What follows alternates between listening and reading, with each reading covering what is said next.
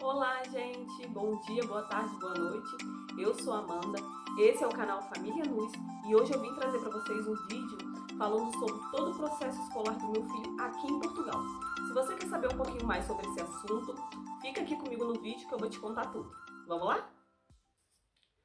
Bom, gente, para iniciar esse vídeo, né, eu preciso falar que quando a gente saiu do Brasil, um dos motivos da gente ter saído do Brasil, né, pela busca da qualidade de vida que todo mundo fala, mas assim, a qualidade de vida para cada um vai ser uma coisa, né? Cada um tem seus objetivos, cada um tem seus motivos, e um dos motivos nossos era a questão da qualidade de educação para o Bernardo. O Bernardo nunca estudou em escolas ruins, lá onde a gente morava no Brasil. Pelo contrário, passou por escolas muito boas, até mesmo públicas mesmo. Mas eu sou pedagoga, professora no Brasil, então eu sempre trabalhei em escola particular da rede privada. Então o Bernardo sempre teve bolsa nas escolas. Então por onde eu passei, onde eu trabalhei, ele esteve comigo. Agora eu trabalhava um pouquinho mais de tempo numa escola privada lá perto da minha casa e ele esteve lá esse tempo comigo. Então ele esteve lá do Jardim 3, primeiro ano, segundo ano e esse ano nós viemos para cá. Então o Bernardo sempre teve acesso a um ensino muito bom, de muita qualidade, ele aprendeu muita coisa e eu acredito que isso esteja até ajudando ele aqui, porque embora o ensino daqui seja anos-luz à frente do Brasil, por ele ter passado por essa escola privada, né, que geralmente a escola privada o ensino é um pouquinho mais forte, eles puxam mais, então acaba que ele não está tendo tanta dificuldade assim aqui na questão do conteúdo. Mas bom, quando a gente saiu do Brasil, a gente veio pensando na escola. Eu pesquisei tudo sobre escola, como seria. E chegando aqui, né, onde a gente tá morando, como a gente já falou várias vezes, a gente mora numa aldeia. Essa aldeia fica um pouquinho mais afastada da cidade, né? Fica uns 15 minutos afastado da cidade. E por aqui a gente pesquisou, tem algumas escolas. Aqui mesmo na aldeia. Não é uma aldeia tão pequena assim, é um lugar bem grandinho, uma freguesia bem grande. Tem mercadinho, tem posto de gasolina, tem cafés, tem padaria e tem escola. Próximo da minha casa eu tenho 3 escolas. Tinha uma que fica a 200 metros que a gente vai andando, tem outra, duas outras um pouquinho mais distantes, que teria que ir de carro, porém é aqui mesmo, no lugar que a gente mora. E essas outras duas, quando o Guilherme foi pesquisar, né, para ver, estavam cheias, que a gente chegou aqui em janeiro. Para quem não sabe, o ano letivo aqui na Europa, né, ele se inicia em setembro e ele vai até junho. A gente chegou em janeiro. Então, meio que a gente chegou na metade quase ali do ano letivo. Quando eu cheguei, a primeira coisa que a gente fez, depois que a gente resolveu tudo, né, as primeiras questões, e como os documentos ainda não tinham chego, eu tava esperando os documentos chegar. Só que os documentos que minha sogra enviou do Brasil, a gente não trouxe com a gente apostilou e deixou com a minha sogra. Ela que colocou no correio e enviou pra gente. Demorou mais ou menos umas 2 semanas. Eu tinha o histórico escolar do Bernardo no celular, então eu resolvi ir à escola para poder ver como que funcionava e se eles aceitariam, né, aquele histórico em PDF no celular para poder adiantar, porque ele já estava perdendo muito, já estava chegando no final de janeiro e eu fiquei preocupada, esperando, porque eu não sabia se os documentos iam demorar 2 semanas, se ia demorar 3 semanas, então eu fui lá procurar saber. Quando o Guilherme foi nessas escolas, as escolas falaram para ele assim que estavam muito cheias, não tinham vagas, porém a secretaria não é nas escolas. Aqui em Portugal, no lugar que você mora, no lugar que você vai vir ou no lugar que você já mora, existe sempre um agrupamento, uma escola central. Essa escola que é responsável por fazer a matrícula de todas as crianças. E lá eles vão te jogar para a escola mais próxima da sua casa. Então a senhora informou a gente na escola e a gente foi atrás do agrupamento, que ela nos falou. A gente vai até o centro da cidade, esse agrupamento fica bem no centro da cidade. E lá, o que foi pedido? Vou falar um pouquinho sobre os documentos que nos pediram. Eu fiz umas anotações aqui para não esquecer. Foi pedido o passaporte do Bernardo, o NIF, foi pedido uma foto 3x4 daquelas pequenininhas, o número de UTEIT, o NIF, e o meu passaporte e o NIF. E o histórico escolar dele, né, gente? Só que como eu disse antes, o histórico escolar estava vindo pelo correio e ainda não tinha chegado aqui pra gente. Então eu perguntei pra ela se eu poderia usar aquele PDF que eu tinha anexado no e-mail. Ela falou que sim, sem problema nenhum, desde que assim que eu recebesse o apostilado do Brasil, eu levasse lá pra ela. Ela até achou bom, porque ela falou que ele não podia ficar sem estudar, porque já estava praticamente na metade do ano e ele já tinha perdido muita coisa. Então, me atenderam super bem, tá, gente? A senhora que me atendeu na escola me atendeu muito bem, me explicou tudo direitinho, conversou comigo, sabe? Super simpática, não tive problema nenhum com isso. E aí ela me informou, ela falou, ó, mãe, as duas escolas, eu falei as escolas que eu queria, e ela falou que as escolas estavam cheias, mas que tinha uma escola próxima da minha casa, que é essa que eu falei, 200 metros, que tinha como o Bernardo entrar lá. Só que o que acontece? Essa escola é uma escola menor. Essa escola tem 6 alunos, contando com o Bernardo. E os alunos ficam todos na mesma classe. É aluno de primeiro ano, aluno de terceiro e aluno de quarto, se eu não me engano. Por que essa escola é vazia? E fica todo mundo junto assim? Primeiro porque tem poucos alunos, então é um professor só e o professor se divide ali dentro da classe, né? O Bernardo tá aprendendo direitinho, ele não reclama disso, mas acaba que não fica. O Bernardo só tem o Bernardo do terceiro ano, porque outra coisa importante, gente, o Bernardo tinha terminado o segundo ano no ano passado. Então, eu pensava já que quando ele chegasse aqui, ele fosse entrar no segundo ano ainda. Entendeu? Ele terminou, mas que ele fosse entrar no segundo ano. Eu achei que fosse isso. E não, ela falou que como ele já tinha terminado o segundo ano, o certo seria ele entrar no terceiro. Eu, de começo, fiquei meio assim, porque ele já perdeu a metade do ano, então ele ia ficar meio perdido no terceiro ano aqui. Mas como eu não sabia como funcionava, eu aceitei e coloquei ele no terceiro. E aí, lá nessa escola que ele acabou ficando, que é a única que tem vaga, é de 9 às 5 da tarde. E como eu disse, só tem ele do terceiro ano. E quando eu perguntei pra ela, ela falou assim que essa escola ela é mais vazia. Por quê, gente? Essa escola não tem o prolongamento. O que é prolongamento? Aqui as escolas costumam muito ter o prolongamento. Prolongamento é quando a criança entra mais cedo da escola e sai um pouquinho mais tarde.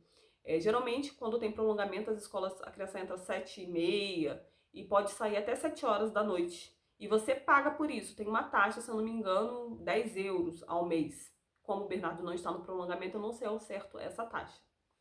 E como que funciona as refeições? A escola do Bernardo não tem prolongamento. A escola do Bernardo é de 9 às 5. Por isso que ela não tem muitos alunos, porque os pais dão preferência em colocar as escolas que têm prolongamento. Então, o Bernardo entra às 9 da manhã e sai às 5 da tarde. Como que funciona? Quando ela fez minha matrícula na secretaria, ela me deu todos os papéis, me deu um voucher. Esse voucher eu fui até uma papelaria que ela me indicou e lá eu troquei pelos livros dele.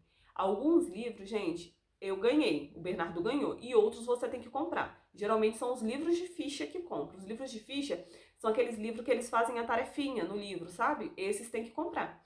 Aí eu comprei mochila, comprei lápis, o professor me deu uma lista de material, eu comprei algumas coisas e os livros eu ganhei.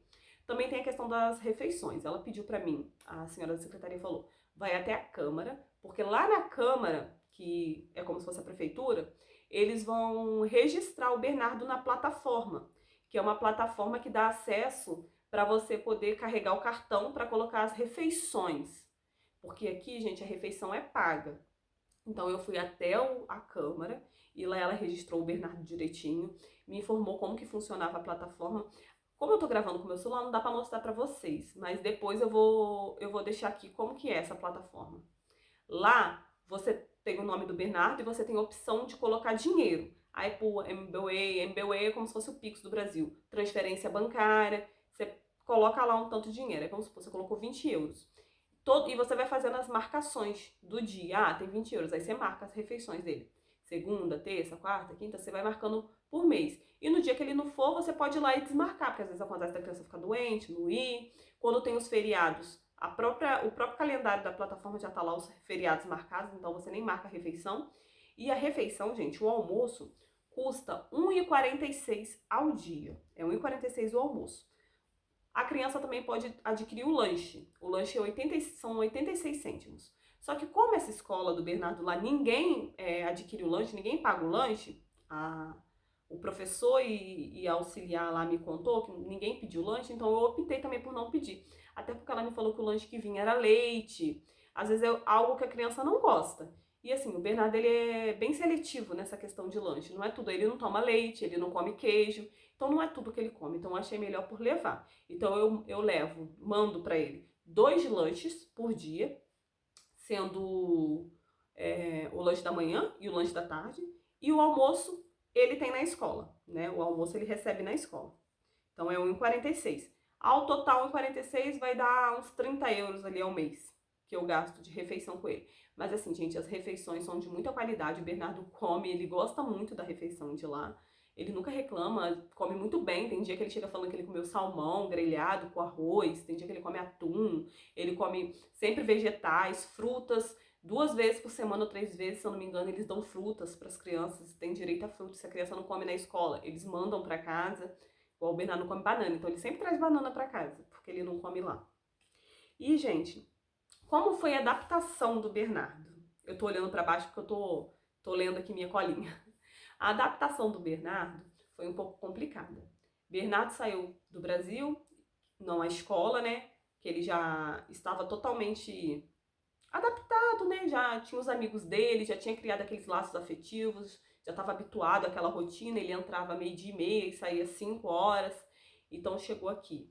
Língua diferente, cultura diferente, horário de escola diferente, né? Igual eu falei, a turma são vários alunos de vários, não, 6 crianças, mas assim, de várias faixas etárias. Ele não tem aquela turma igual ele tá no terceiro ano, aquela turminha só do terceiro ano, sabe? Não tem isso. Então, tudo isso ele estranhou. O professor é homem. Não que tenha algum problema o professor ser homem, mas ele só estudou com professoras mulheres. E vocês sabem que professora mulher, às vezes, tem um tato a mais, um cuidado a mais. E assim, a cultura deles aqui é diferente, o jeito deles é diferente, não é igual ao nosso. Então até isso dá um choque, sabe? Cultural. Então tudo isso foi difícil para ele. Ele chorou muito, teve dias de não querer ir para a escola, foi muito difícil, ainda está sendo, só que melhorou. Posso dizer que melhorou 50%, 60% já melhorou. Mas foi muito difícil, sabe? Chorou muito, reclamava da escola ser de 9 às 5, falava que não entendia o que eles... Ainda fala, né? Mas agora eu acho que ele já tá um pouquinho mais habituado, que não entendia a língua, que não entendia o que eles falavam, que... Assim, igual eu falei, o conteúdo, o Bernardo não estranhou muito o conteúdo, ele tá indo conteúdo. O que acaba sendo mais difícil para ele mesmo é a questão da linguagem, porque às vezes uma palavra que quer dizer uma coisa pra gente, pra eles quer dizer outra totalmente diferente. Então voltando aqui, gente, Bernardo entrou no quarto para pegar uma bola. Mas assim, o que pega muito ele é a questão da linguagem, porque às vezes uma palavra que quer dizer uma coisa pra gente, para eles quer dizer outra, a mesma palavra. Então eles têm jeitos diferentes. Por exemplo, igual banheiro, eles não chamam banheiro, eles falam casa de banho, uma coisa simples, mas é diferente. E tem outras palavras que não existem nem no nosso vocabulário. É a mesma coisa do Brasil. O Brasil é gigantesco. Se a gente for pra Minas, as pessoas vão falar de um jeito, às vezes a gente não vai entender, vai perguntar o que ela tá querendo dizer com aquilo, ou no Rio de Janeiro, ou em São Paulo, ou no Nordeste. Então, assim, é diferente. Então, isso foi difícil para ele. Mas eu pretendo trocá-lo de escola, gente. Por quê? Como eu e Guilherme já falamos em outro vídeo, esse horário dele de 9 às 5 tá complicando um pouquinho pra mim por causa de trabalho. Porque às vezes os trabalhos precisam entrar um pouquinho mais cedo. E eu preciso levar ele pra escola, 9 horas ele precisa estar na escola. O Guilherme trabalha em um horário rotativo. Então vai ter semanas que vai calhar dele tá trabalhando num horário que ele não vai conseguir levar o B, tampouco buscar. Então eu fico ali refém, porque como a gente não tem uma rede de apoio aqui, isso é até uma coisa muito importante. As famílias, as mãezinhas que estão vindo com criança, pesquisem bem, planejem bem, porque isso é uma coisa bem complicada aqui. No Brasil a gente tem aquela rede de apoio, eu tinha minha sogra, tinha a Bisa, tinha várias pessoas que nos ajudavam com o Bernardo. Então eu nunca me preocupei, desde que o Bernardo nasceu, eu nunca me preocupei com essa questão de com quem eu vou deixar o Bernardo para me trabalhar. Eu sempre tive essas pessoas, nunca me preocupei com isso. E o Bernardo também sempre foi para a escola comigo. Eu trabalhei uma época na escola, no Brasil, que eu trabalhava o dia todo, e ele ia comigo. Ele tinha 1 ano e 6 meses, ele ia comigo. Mas quando ele estava doente, eu tinha minha sogra para deixar ele em casa. Então eu nunca tive essa preocupação, sabe? E aqui eu me peguei não tendo esse apoio. Então, assim, eu não tenho um apoio, não tenho rede de apoio, não tenho com quem deixar ele. E eu não posso deixá-lo sozinho em casa, gente, porque não pode deixar a criança sozinha em casa aqui. Se eles denunciarem, chega a ser crime. Não pode, gente, deixar a criança sozinha em casa aqui. Então precisa de alguém.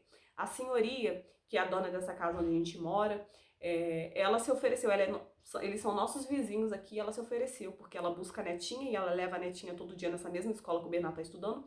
Ela até se ofereceu, falou que se eu precisasse, ela levaria, ela buscaria, sabe? Muita gente boa, mas a minha preocupação é que eu posso arrumar um trabalho às vezes, e a maioria dos trabalhos que eu vou arrumar, padaria, restauração, eu vou ter que trabalhar o sábado e o domingo. E eu não posso, com quem que eu vou deixar ele sábado e domingo o dia todo? Também tem isso. Então é preciso se planejar bem, pensar muito bem. Vai vir as férias aí, a escola do Bernardo não tem o ATL que eles falam, né, que é aquele período, é como se fosse uma colônia de férias, né, que outras escolas que têm prolongamento têm. A escola sai de férias, mas as crianças continuam indo para a escola porque eles ficam tipo numa colônia de férias esse período. Então isso é ótimo, porque como o pai que está trabalhando vai precisar deixar a criança, não tem rede de apoio. Então tudo isso está dificultando aqui.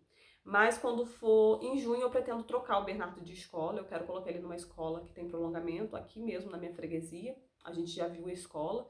E por essa questão de facilitar o horário para mim, para eu conseguir trabalhar, vai ficar melhor.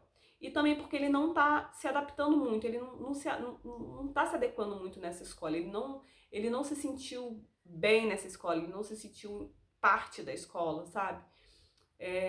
Foi muito difícil para ele, tá sendo muito difícil. Ele agora tá melhor, porque eu falei para ele que a gente vai trocar, então eu pretendo trocar ele de escola sim, tá?